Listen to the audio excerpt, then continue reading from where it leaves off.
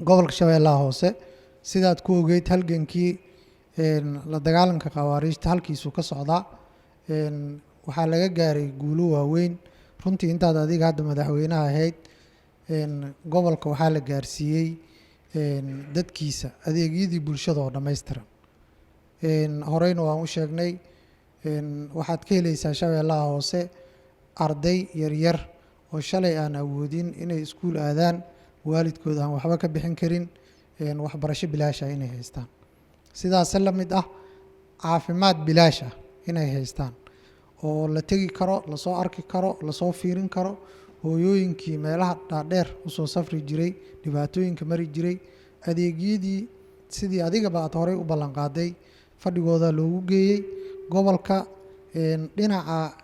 adeegyada bulshada horumar fiican ayaa laga sameeyey dhinaca la dagaalanka khawaariijta al-shabaab koonfur galbeed dagaalkan hadda socda gulufkiisa koowaad gobolada kale Soomaaliya ka soo bilowday annaga mar horaan bilowday wuxuu noo yahay aan u maleynayaa phase 3 inuu noo noqonayo markii la fiiriyo xilligii aan dagaalka soo bilownay oo kaligeena aan wadnay oo Shabeellaha Hoose meelaha ugu horeeyo laga bilaabay ay ka mid tahay hadday bulsho kaligeed ama hab qabiil ama hab deegaan ay isku abaabulayso qabiil la dagaalamayso meesha ugu horeys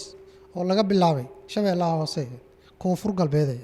degmooyinkooda kala duwan madaxweyne waxaa la xaqiijiyey 6 degmo iyo deegaanada hoos yimaada badankood in amnigoodu uu xasilan yahay waxaa guul weyn ah oo rabaa inaan la wadaago dadka saaxiibadeyda ah shirkan ka soo qayb galay iyo adigaba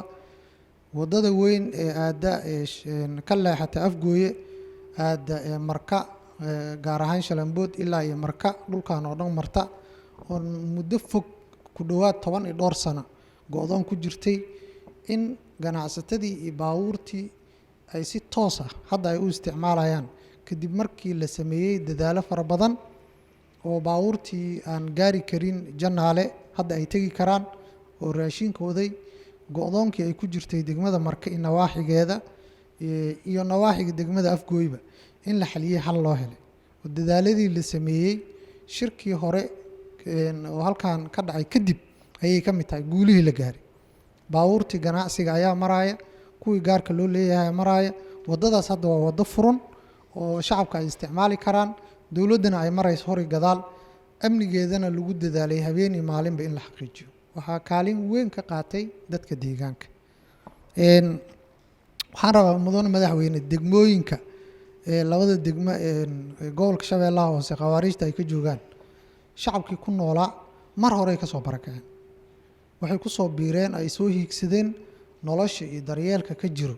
degmooyinka dawladda ay gacanta ku hayso dadkii ku noolaa Sablaale Baraaway joogaan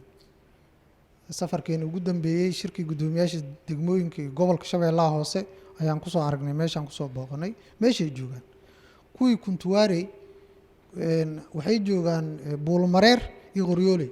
mar hore ka soo tageen meel shabaab uu ku nool yahay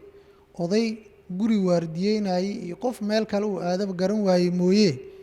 oo isla yaan hantidaadii iyo gurigaan yaan laga qaadan isla mooyaane wax kale oo jooga male dadkii ilmahooda ay la soo carareen xoolihii mar horeba laga dhameeyay beerihii in ma aragtay tacabkii waa loo diiday culeysyo fara badan markay dareemeen dawladooda ay soo hiigsadeen waxaan rabaa halkan inaan uga mahad celiyo guddigii gurmadka abaaraha oo adiga aad magacawday gudoomiyaasha gobolada ay qayb ka ahaayeen kuwa degmooyinka ay qayb ka ahaayeen inay shaqo wanaagsan qabteen dadkaas waxaa la gaarsiiyey gargaar noocyo kala duwan leh maanta maamulada degmooyinka gobolada isgarabsanaya waxay ku dadaaleen dadka inay soo dhaweeyaan aanan la dhibaateyn dib u dejin ku meel gaar ah loo sameeyo hay-adihiina lagu soo xiro guddigaas shaqo fiican ay qabteen maanta degmooyinka shacab iyo shacab kale oo soo qaxay oo isdul saaran ayaa jooga si marka labadan degmo loo xoreeyo gobolku wuxuu u baahan yahay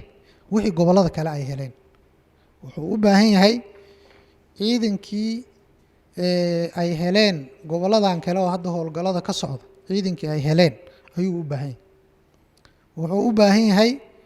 shacabka gobolada kale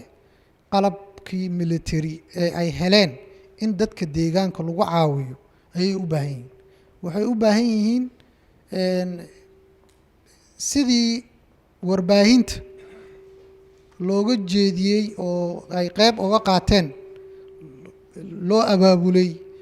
loo dhiirigeliyey shacabka inay iska dulqaadaan al-shabaab si la mid ah kuwa shabeellaha hoose inay u helaan ayay u baahan yihiin. haddii dadka deegaankana aan la taageerin ciidankii ku habboonaana aanan la helin sida gobollada kaleba loogu hiiliyey oo loo siiyey kuwii halganka ka soo bilowday in ay heli waayaan waa dhibaato. waxay dhibaato ku tahay horusocodkay ku tahay la dagaalanka khawaarijtay ku tahay niijab shacabay keenaysaa. sidaan horey u sheegnay marka waxaan rabnaa fariinteena mudan madaxweyne inaad gaarsiisid dowladda federaalka ah wixii gobollada kale ay u qabanayso inay gobolkii halganka ka soo bilowday iyo shacabka reer koonfur galbeed inay ku bilowdo ay ku abaalmariso ay dhahdo marka ugu horeysa idinka halganka la dagaalanka shabaab soo bilaabay idinkaan idinku abaalmarinaynaa marka ugu horeyso wixii agab aan hayno waa kuwan wixii ciidan aan waa kuwan meel labada degmo iyo tuulooyinka yaryar oo shabaab ku harayna iska dulqaada shacab ahaan diyaaraan u nahay maamul ahaan diyaaraan u nahay wixii awaamiir iyo talana naga siiyana diyaaraan u nahay haddii aan la idmo. hadalkayga badnaan u malaynayaa hal raalli ahaado warbixin haddii heer gobol ah marka la dhiibaayo ma sahlana 8 degmo ayaan ka hadlaynaa baahiyahooda kala duwan laakiin waxaan rabaa inaan si guud ahaana aan u ammaano maamulka oo asagana shaqo fiican qabtay oo degmooyinka waqtigii hadda ay joogeen. waxaan rabaa madaxweyne inaan kelmadeyda kusoo gebagabeeyo dowladnimada Soomaaliya gaar ahaan tan koonfur galbeed dad haliyeeya oo geesiyaal ayaa u dhintay ayagoo la dagaalamaya khawaarijtan al-shabaab. waxaa nooga dhintay wasiiro, waxaa nooga dhintay guddoomiye ku-xigeenno gobol, waxaa nooga dhintay guddoomiyaal degmooyin. waxaan qabaa si dadkaas iyo kuwa hadda nool oo halganka ku jiraba ay dhiirigelin ugu noqoto in dadkaas maalin loo duceeyo inuu ilaahay jannadiisa uu geeyo in la xasuustana ehelkii ay ka dhasheen familidii ay ka tageen in la dareensiiyo haddii hal maalin waa dhintay la duugay inaysan halkaa taariikhdiisa ku harin oo sanadkii hataa hal mar dadkaas la xuso loo duceeyo oo ilaahay loo baryo kuwa noolna si ay u ogaadaan haddii halgankan iyo dadaalkan ay koonfur galbeed iyo shacabkeeda lagu badbaadinayo ay ku dhintaan inaan la ilaawi doonin ayaga iyo ehelkoodaba dhiirigelinay u noqonaysaa. kuwa dhintayna duco waaye ilaahay u aqbali doona haddii alla idmo. aad iyo aad aan u mahadsantihiin. asalaamu calaykum waraxmatullaahi tacaala wabarakaatu.